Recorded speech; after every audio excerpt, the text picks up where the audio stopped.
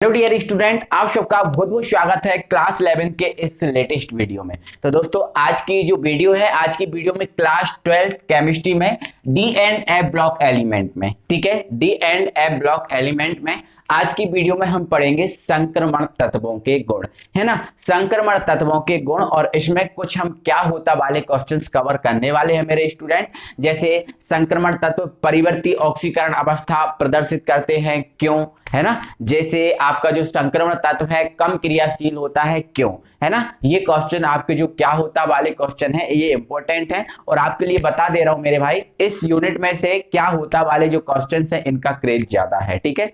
तो इनको आपको अच्छे से पढ़ना होगा, समझना होगा, ठीक है। तो करते हैं स्टार्ट, है ना। और अच्छे मस्त तरीके से हम इसको एक एक चीज करके हम पढ़ेंगे, संक्रमण तत्वों के गुण, ठीक है। तो इससे पहले मेरे डियर स्टूडेंट, आपको ये पेरियोडिक टेबल दिख रही है। इस पेरियोडिक टेबल में आप ये देखिए कि एस ब्लॉक कहाँ है, पी ब्लॉक कहाँ है और डी ब्लॉक कहाँ है, आपको ये देखना है, ठीक है। तो देखो, ये जो पेरियोडिक टेबल है, ये पेरियोडिक टेबल आपको कुछ इस टाइप की दिख रही होगी, है ना। ये पेरियोडिक टेबल आपको कुछ इस टाइप से दिख रही होगी, है ना। मैं फुल बना देता हूं, ठीक है। 1, है ना, 2, ठीक है, 3, 4, 5 और ये रहा आपका 6। तो ये पेरियोडिक टेबल टोटल ही आप अगर देखें तो कुछ इस टाइप से आपको दिख रही होगी, है ना। 2, 3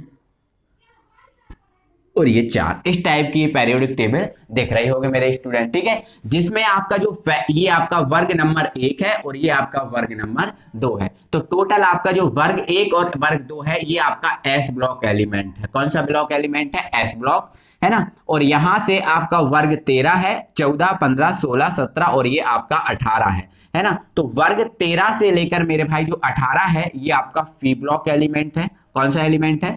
फी ब्लॉक एलिमेंट। और फी ब्लॉक एलिमेंट के बीच में जो आपके एलिमेंट है, यहां से वर्ग 13 से लेकर वर्ग 3 से लेकर वर्ग 12 तक ये जो आपका ब्लॉक है ये आपका डी ब्लॉक है। क्या है? डी ब्लॉक है। समझ गए ना? चलो यहां से आप समझो। और यहां पर जो आपके एलिमेंट रखे हैं मेरे स्टूडेंट, ये आपके एफ ब्लॉक एलिमेंट रखे हैं। कौन से एलिमेंट रखे हैं? एफ ब्लॉक एलिमेंट रखे हैं। ये आपकी पेरियोडिक टेबल है। क्लियर हुआ?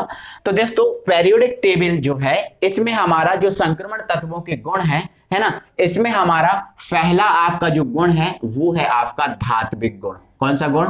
धात्विक गुण। धात्विक गुण। हमने एक चीज पढ़ी थी संक्रमण तत्वों की विशेषताओं में कि सभी संक्रमण तत्व धातु होते हैं। ये हमने पॉइंट पढ़ा था, है ना, ये हमने पॉइंट पढ़ा था। तो पहला हमारा ये क्वेश्चन ये उठता है कि धातु होते कौन है? धातु है क्या चीज? तो मेरे भाई, जो परमाणु, जैसे मान के चलो ये आपका सोडियम परमाणु है। अब यदि ये सोडियम परमाणु इलेक्ट्रॉन दान कर रहा है, सोडियम परमाणु ये इलेक्ट्रॉन दान कर रहा है, तो ये धातु है ना। तो ये क्या है? धातु है। मेरे भाई, जितने भी परमाणु हैं 118 तत्वों में जितने भी तत्व हैं, यदि कोई तत्व या कोई परमाणु इलेक्ट्रॉन दान करता है ना, तो उस पर क्या जाता है? धनावेश आ जाता है ना। तो इलेक्ट्रॉन दान करता है तो उस पर क्या जाता है? धनावेश, है ना। तो सीधी सी बात, जो इलेक्ट्रॉन का दान करना होता है, इलेक्ट्रॉन का दान करना के कारण उस परमाणु में धात्विक गुण आ जाता है, ठीक है। जितने भी धातु होते हैं वो इलेक्ट्रॉन दान करते हैं, ठीक है। तो जो संक्रमण तत्व हैं, जितने भी संक्रमण तत्वों की संख्या आपको पता है कितनी है? 40 है। कितनी है? 40। और 40 के 40 जो संक्रमण तत्व हैं वो धात्विक स्वभाव प्रदर्शित करते हैं। सभी संक्रमण तत्व धातु होते हैं, ध्यान रखना। सभी संक्रमण तत्व क्या होते हैं? धातु होते हैं। क्यों होते धातु? क्योंकि इनके बाहरी कोश में जो इलेक्ट्रॉन होते हैं, ये बाहरी कोश के इलेक्ट्रॉन्स को दान कर देते हैं, निकाल देते हैं, त्याग देते हैं, इसलिए धात्विक स्वभाव प्रदर्शित करती है। तो आपको इसमें यही लिखना है, सभी संक्रमण तत्व धात्विक स्वभाव या धातु होते हैं, क्योंकि इनके बाहरी कोश के इलेक्ट्रॉन को ये आसानी से त्याग देते हैं, निकाल देते हैं, इसलिए सभी संक्रमण तत्व मेरे भाई कैसे होते हैं? धातु होते हैं। सभी संक्रमण तत्व कैसे होते हैं? धातु होते हैं। इसमें आपको एक चीज याद रखना है ना। आपका जो पारा है वो भी एक धातु है, लेकिन जो पारा है Hg ये आपकी द्रव धातु है। कौन सी धातु है? द्रव धातु। बाकी जितने भी तत्व है वो ठोस धातु है ना। तो ध्यान रखना, सभी संक्रमण तत्व धात्विक स्वभाव प्रदर्शित करते हैं, है ना।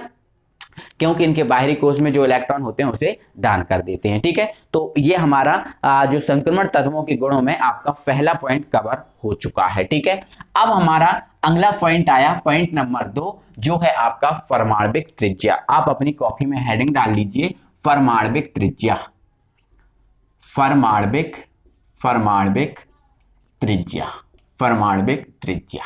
ठीक है, चलो अब मेरे स्टूडेंट आपको इतना तो पता ही होगा, इतना आपको सभी को पता है कि आवर्त आपका इस टाइप से होता है। ये आवर्त, आवर्तों की संख्या कितनी है आपकी 7 है, और आवर्त आपका इस टाइप से होता है। और आवर्त में जो आपकी परमाणु त्रिज्या होती है, कौन सी त्रिज्या होती है आपकी, ये जो परमाणु त्रिज्या होती है, परमाणु त्रिज्या होती है वो आपकी घटती है। क्या होती है, घटती है ना। परमाणु त्रिज्या आवर्त में घटती है, और आपका जो वर्ग होता है, इस वर्ग में आपकी जो परमाणु त्रिज्या है वो बढ़ती है, वर्ग में बढ़ती है, और आवर्त में जो परमाणु त्रिज्या है घटती है। क्या है, क्यों घटते हैं, ये सब चीजें हम सीख चुके हैं। आपको अगर यूनिट 8 पे हो तो ये सब चीजें बिल्कुल परफेक्टली आना चाहिए, है ना। तो परमाणु त्रिज्या आवर्त में घटती है और जो वर्ग है वो उसमें बढ़ती है ना। तो आप यहां पर देखो, अगर हम देखो ये आपका एस ब्लॉक है, ये डी ब्लॉक है, और ये आपका पी ब्लॉक है। अगर हम मान के चलो इधर से इधर की ओर चलें, इधर से इधर की ओर चलें, तो क्या कहते हो आप, परमाणु त्रिज्या घटेगी?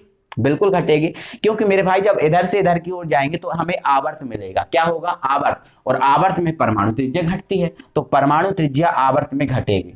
अब परमाणु त्रिज्या आवर्त में घटेगी तो देखो एस आ रहा है पहले, और उसके बाद कौन आ रहा है, डी आ रहा है। तो यहां पर परमाणु त्रिज्या अधिक होगी, फिर कम, फिर कम, फिर कम, फिर कम, फिर कम, इस टाइप से कम होती जाएगी। तो यहां पर जो एस ब्लॉक है, इस एस ब्लॉक के तत्वों से जो डी ब्लॉक की परमाणु त्रिज्या है वो कम होगी, क्योंकि आवर्त में तो घट रही है ना परमाणु त्रिज्या, तो यहां ज्यादा होगी, यहां कम होगी। तो एस ब्लॉक के तत्वों से डी ब्लॉक के तत्वों की जो परमाणु त्रिज्या होगी वो कम होगी। बट यहां से यहां जाते जाते जाओगे तो ये पी मिलेगा। क्या मिलेगा, पी। तो यहां जो होगी उससे कम और हो जाएगी, यहां पर इससे कम और हो जाएगी यहां पर, क्योंकि घट रही है ना, तो यहां और कम हो जाएगी, है ना। तो आपका जो पी ब्लॉक है इसकी सबसे कम हो जाएगी, और सबसे ज्यादा किसकी हो जाएगी, एस ब्लॉक की। उसके बीच में कौन है, टी ब्लॉक। तो आप ओवरऑल अगर मैं आपसे बात करूं तो आप ऐसा नहीं बोल सकते कि जो एस ब्लॉक के तत्व हैं इनकी जो परमाणविक त्रिज्या है वो डी ब्लॉक के तत्वों से अधिक होती है, या फिर ऐसा बोल दो डी ब्लॉक के तत्वों की परमाणु त्रिज्या एस ब्लॉक से कम होती है, क्योंकि यहां जाएंगे तो कम होगी, है ना, यहां जाएंगे तो और कम। तो डी ब्लॉक के तत्वों की परमाणु त्रिज्या एस ब्लॉक से कम और पी ब्लॉक से अधिक होती है, क्योंकि इसके पहले आ रहे हैं और इसके बाद में आ रहे हैं। समझ गए ना, कोई दिक्कत तो नहीं है, इतना आपको क्लियर हो गया? बिल्कुल, आई होप आपको समझ में आ गया। ठीक है, तो इसकी आप थ्योरी में क्या लिख लोगे, इसमें थ्योरी में लिख लोगे संक्रमण तत्वों की परमाणविक त्रिज्या एस ब्लॉक के तत्वों से, संक्रमण तत्व मतलब डी ब्लॉक के तत्वों को बोलते हैं ना संक्रमण तत्व, तो संक्रमण तत्वों की परमाणविक त्रिज्या एस ब्लॉक के तत्वों से कम होती है एवं पी ब्लॉक के तत्वों से अधिक होती है। क्लियर हुआ, क्लियर हुआ? ठीक है, तो ये क्लियर हो चुका है। ठीक है ना। तो इतना आप अच्छे से अपनी कॉपी में फिक्स करके लिख लेना, है ना। क्या होता है, क्यों होता है, ये आपको सब पता होगा, क्योंकि परमाणु त्रिज्या जब घटेगी तो नाभिकीय आवेश बढ़ जाएगा।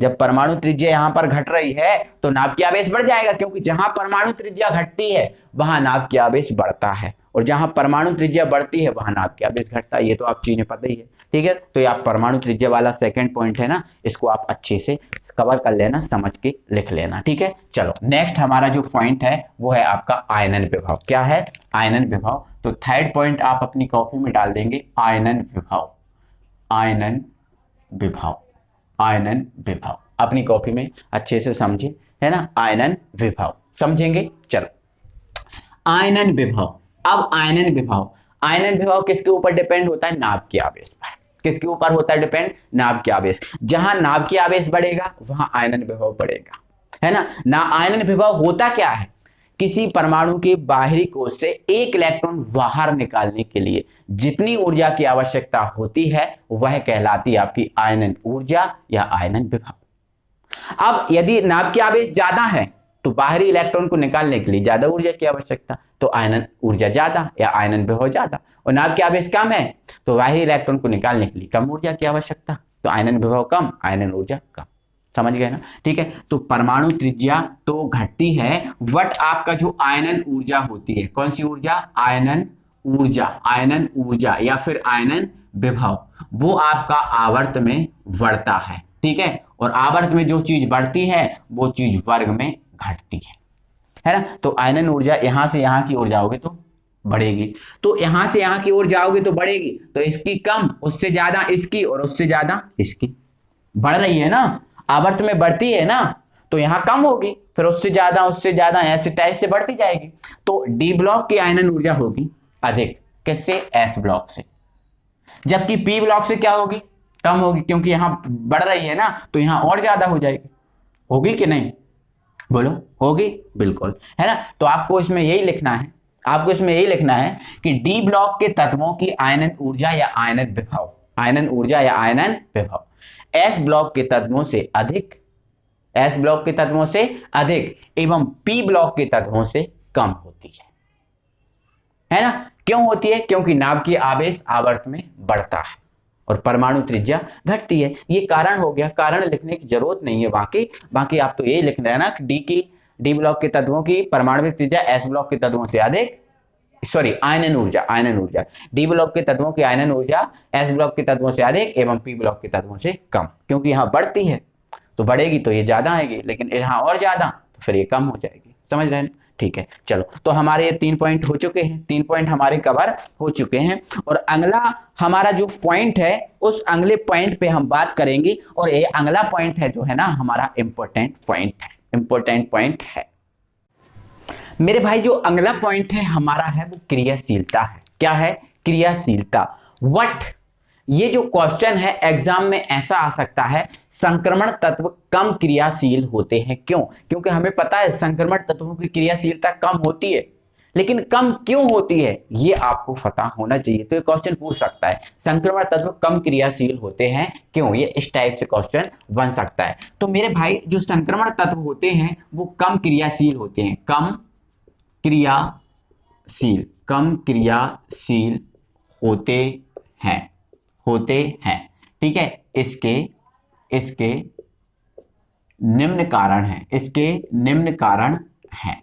ठीक है, आप इस टाइप से लिख लेना कि संक्रमण तत्व कम क्रियाशील होते हैं, इसके निम्न कारण है। देखो कारण आपको पता है, बस आपको समझाना जरूरी है। देखो मैंने अब भी आपको क्या बताया था कि जो संक्रमण तत्व होते हैं, संक्रमण तत्वों का नाभ की आवेश या फिर आयनन ऊर्जा अधिक होती है। अगर हम एस से कंपेयर करें तो आयनन ऊर्जा यहां पर बढ़ती है, मतलब नाभ की आवेश यहां पर आवर्त में बढ़ता है ना, तो ये एस ब्लॉक के बाद में आते हैं, तो आयनन ऊर्जा क्या होगी? बढ़ेगी। मतलब संक्रमण तत्वों की आयनन ऊर्जा अधिक होती है एस की तुलना में, एस ब्लॉक के जो तत्व हैं उनसे अधिक होती है। मैंने अब भी आपको समझाया, बोलो समझाया कि नहीं? बिल्कुल, है ना? तो संक्रमण तत्वों की मेरे भाई जो आयनन ऊर्जा है वो अधिक होती है। तो आप लिख सकते हो इनकी आयनन विभव या फिर इनका आयनन विभव या फिर आयनन ऊर्जा, एक ही बात होती है ना? इनका आयनन विभव अधिक होता है एस ब्लॉक से, बिल्कुल होता है। ठीक है, अब आयनन विभव अधिक होता है तो इनका जो नाभ की आवेश है वो भी अधिक ही होगा, बिल्कुल, है ना? अब अधिक होगा, फलस्वरूप आपका जो बाहरी, अब देखो नाभ की आवेश अधिक है, आयनन विभव अधिक है, और आयनन विभव क्या होता है? बाहर की इलेक्ट्रॉन को बाहरी कक्षा से एक इलेक्ट्रॉन बाहर निकालने के लिए आवश्यक ऊर्जा की मात्रा। नाभ की आवेश अधिक है, आयनन ऊर्जा अधिक है, तो इसका जो बाहरी इलेक्ट्रॉन है इसको निकालने के लिए हमें अधिक ऊर्जा की आवश्यकता होगी। बोलो होगी? बिल्कुल होगी। अब मेरे भाई अगर किसी परमाणु के पास इतनी ऊर्जा नहीं है, जरूरी है कि इतनी ऊर्जा हो? नहीं है, किसी परमाणु के पास इतनी ऊर्जा नहीं है तो वो उतने इलेक्ट्रॉन्स को नहीं निकाल पाएगा। जैसे मैं मार्केट गया सामान लेने, मेरे पास 100 रुपए है ना? मैंने बोला कि भाई ये सामान दे दो, है ना? तो वो लेगा 200 रुपए का है भाई, तो 200 रुपए का है, मतलब बजट ज्यादा है और मेरे पास केवल 100 रुपए है। मैं नहीं ले पाऊंगा उस चीज को, मैं नहीं ले पाऊंगा क्योंकि वो 200 रुपए का है और मेरे पास 100 रुपए, नहीं ले पाऊंगा ना।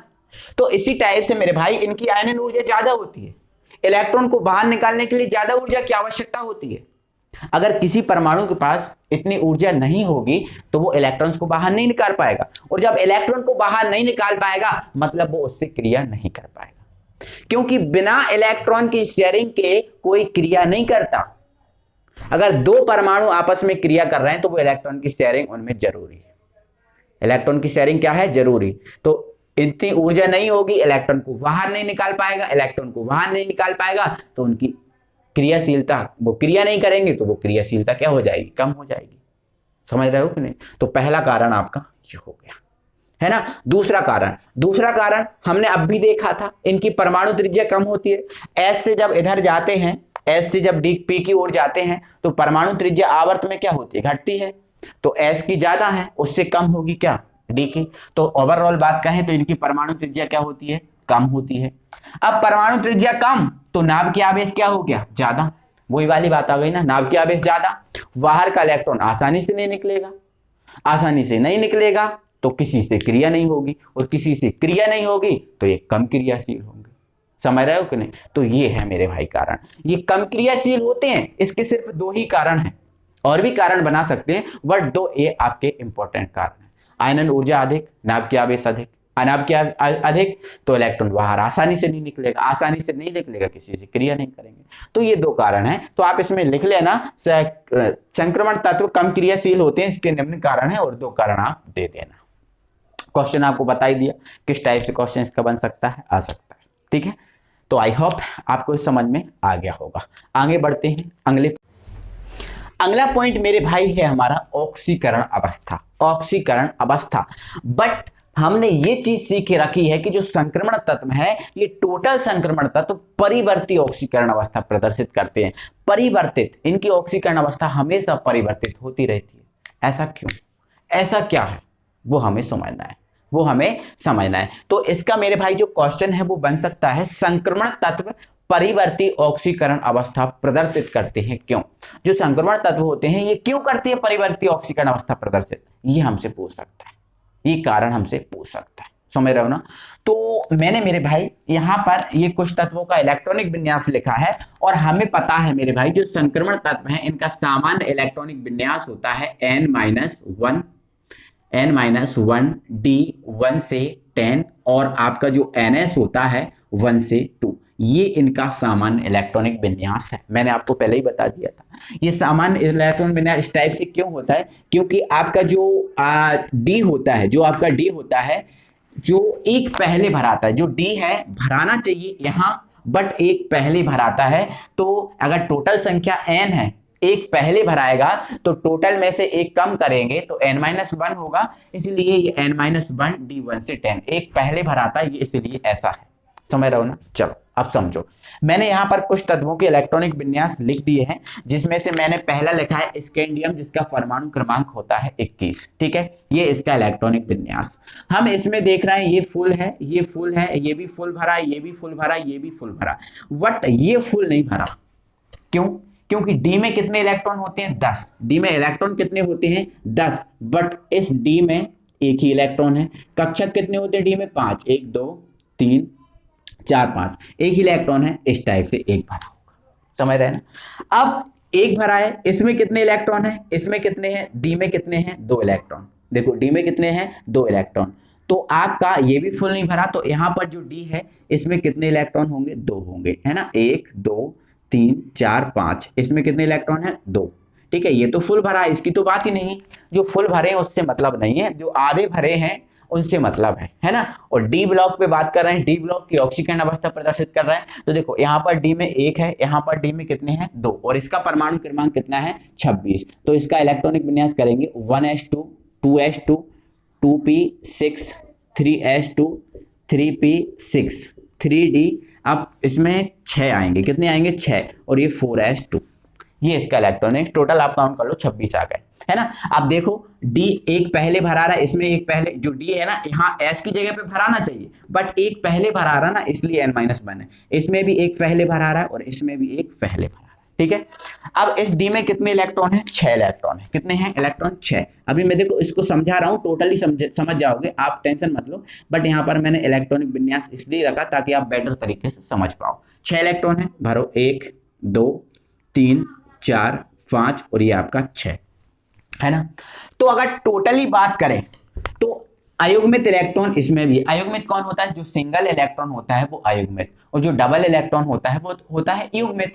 तो इसमें देखो एक इलेक्ट्रॉन है, इसमें भी अयुग्मित है, इसमें देखो अयुग्मित इलेक्ट्रॉन है, और इसमें देखो अयुग्मित है, 1 2 3 4 अयुग्मित है, केवल ये जो है ना वो युग्मित है। डबल इलेक्ट्रॉन युग्मित और सिंगल इलेक्ट्रॉन अयुग्मित, तो इसमें भी अयुग्मित, इसमें भी अयुग्मित और इसमें भी अयुग्मित है। समझ रहे हो ना, समझ रहे हो कि नहीं? ठीक है, अब देखो समझो।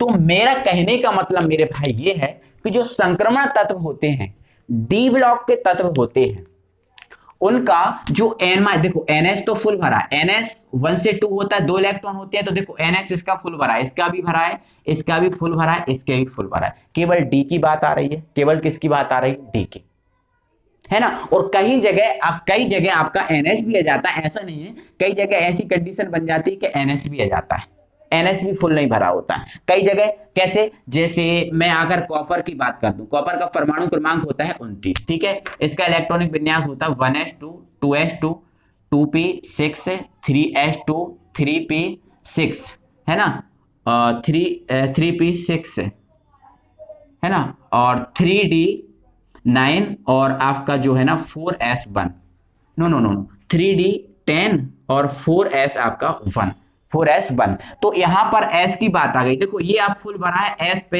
एक इलेक्ट्रॉन है, s ऐसे बनता है तो इसमें s एक अयुग्मित इलेक्ट्रॉन है। तो ऐसा है कि कहीं जगह s में भी अयुग्मित इलेक्ट्रॉन होते हैं। तो ओवरऑल कहने वाली मेरी बात ये है कि संक्रमण तत्वों का जो ns ऑर्बिटल होता है, उसके साथ साथ जो n-1d ऑर्बिटल होता है, ये डी वाला जो ऑर्बिटल होता है, उसमें अयुग्मित इलेक्ट्रॉन होती है। कैसे इलेक्ट्रॉन होते हैं, अयुग्मित इलेक्ट्रॉन, देखो जैसे आपको दिख भी रहे हैं, ये अयुग्मित इलेक्ट्रॉन होते हैं। और कुछ होते हैं युग्मित, जैसे इसमें एक युग्मित है, आगे कभी 2 युग्मित मिल जाए, कभी 3 मिल जाए, होता है ना, बट ज्यादातर तो अयुग्मित ही होंगे ना। और यदि युग्मित हैं भी तो अगर हम इसको देखें, ये युग्मित हैं बट कोई प्रॉब्लम नहीं है, बट इसमें जो युग्मित तो है, बट ये आपका कक्षक है अपूर्ण। क्या है, अपूर्ण, क्योंकि ना तो ये आधा भरा है ना तो ये पूरा भरा है, आधा भरा और पूरा भरा स्थायी होता है, बट ये क्या है, आपका अपूर्ण है। तो अपूर्ण कक्षक कैसे होते हैं, अस्थायी। कैसे होते हैं, अस्थायी, है तो अस्थायी, है ना। तो युग्मित इलेक्ट्रॉन है भी तो वो कम ऊर्जा में अयुग्मित हो जाएंगे, कम ऊर्जा में अयुग्मित हो जाएंगे। जैसे हम इसको ऊर्जा देंगे तो जो युग्मित जोड़ा है वो टूट जाएगा और ये इलेक्ट्रॉन निकल के किसी को दे दिया जाएगा, या किसी से जाके ये क्रिया कर लेगा, किसी से जाके ये क्या कर लेगा, क्रिया कर लेगा, है ना। तो कभी एक इलेक्ट्रॉन जाके क्रिया करेगा, संयोजकता 1, कभी 2 इलेक्ट्रॉन ने जाके क्रिया की, संयोजकता 2, कभी 3 इलेक्ट्रॉन ने जाके क्रिया की, संयोजकता 3, 4 ने की 4, 5 ने की 5, 6 ने की 6। समझ रहे हो ना। तो जो अयुग्मित इलेक्ट्रॉन है, ये ही सबसे बड़ा कारण है परिवर्ती ऑक्सीकरण अवस्था का। तो आपको यही याद रखना है, संक्रमण तत्वों के ns ऑर्बिटल के साथ साथ n-1d ऑर्बिटल में अयुग्मित इलेक्ट्रॉन होते हैं और कुछ होते हैं युग्मित इलेक्ट्रॉन। जो कम ऊर्जा में, जो युग्मित इलेक्ट्रॉन होते हैं वो कम ऊर्जा में अयुग्मित हो जाते हैं, और अयुग्मित जब होंगे, जैसे ये इलेक्ट्रॉन अयुग्मित होगा तो किसी और को दान किया जाएगा, तो जब किसी और को दान किया जाएगा तो वो उससे क्रिया करेगा। अब जब दान किया जाएगा तो ऑक्सीकरण अवस्था, जैसे 1 किया जाएगा तो ऑक्सीकरण अवस्था 1, जैसे 2 दान किए गए तो 2, 3 किए गए तो 3। तो इस टाइप से ये परिवर्ती ऑक्सीकरण अवस्था प्रदर्शित करते हैं। आई होप कि आपको ये समझ में आ गया होगा। मैंने तो एक एक चीज ओपन कर दी मेरे भाई, इससे बेटर आपको कोई नहीं समझाएगा, एक एक चीज ओपन कर दी। अब क्या है इसमें, कुछ नहीं, तो आपको समझना जरूरी है, ठीक है। तो इसकी थ्योरी आप एक बार देख लो और एक बार और अच्छे से पढ़ लो, तो आप अपनी कॉपी में लिख सकते हो, समझ सकते हो। तो यही सिर्फ कारण है और कोई इसका अन्य दूसरा कारण नहीं है, ठीक है। तो देखो ये थ्योरी जो आ रही है, आप इसका स्क्रीनशॉट लो, इसको पढ़ो और फिर समझो, और ना समझ में आए तो कमेंट में कमेंट करके बता देना कि सर हमें समझ में नहीं आएगा, बट ऐसी कोई बात ही नहीं है, आपको समझ में आएगा, ठीक है। चलो, तो आज की वीडियो में हमने ये कुछ गुण पढ़े और उसमें कुछ क्या होता वाले क्वेश्चन लेके आए, और कल की जो वीडियो रहेगी उसमें टोटल क्या होता वाले क्वेश्चन आएंगे, टोटल क्या होता वाले क्वेश्चन आएंगे। जैसे संक्रमण तत्व रंगीन होते हैं, संक्रमण तत्व मिश्र धातु बनाते हैं, संक्रमण तत्व संकुल यौगिक बनाते हैं, संक्रमण तत्व उत्प्रेरक की तरह कार्य करते हैं। तो इस टाइप के क्वेश्चन रहेंगे जो इंपॉर्टेंट एंड मोस्ट इंपॉर्टेंट रहेंगे, है ना, क्योंकि क्या होता वाले क्वेश्चंस का आजकल क्रेज ज्यादा है, तो उनको आपको जरूर कंप्लीट करना है। ठीक है, चलो तो आज के लिए इतना ही, आप अच्छे से पढ़ते जाओ, है ना। चैनल की प्लेलिस्ट में प्लेलिस्ट बनी है, तो प्लेलिस्ट के हिसाब से आप क्रम से देखो चीजों को, है ना। जो भी जैसा भी डाउट है हमसे आप कांटेक्ट करो, हमसे आप कांटेक्ट करो। ये हमारा व्हाट्सएप नंबर है, इस व्हाट्सएप नंबर पर हमसे व्हाट्सएप से जुड़ सकते हैं, हमसे कॉल कर सकते हैं, है ना। हमारा टेलीग्राम चैनल है जिसपे आपको फ्री नोट्स प्रोवाइड कराए जा रहे हैं, तो आप वहां कहीं भी आप हमसे जुड़ो, कहीं से भी कांटेक्ट करो, कोई दिक्कत नहीं, आपको हम डाउट में नहीं रहने देंगे, आपको एग्जाम में टॉप कराएंगे, ये हमारा आपसे वादा है। ठीक है, बस हमसे जुड़ो, अच्छे से चीजों को समझो, जहां नहीं आ रहा सब क्लियर करेंगे हम। ठीक है, चलो मिलते हैं अगले वीडियो में, थैंक यू।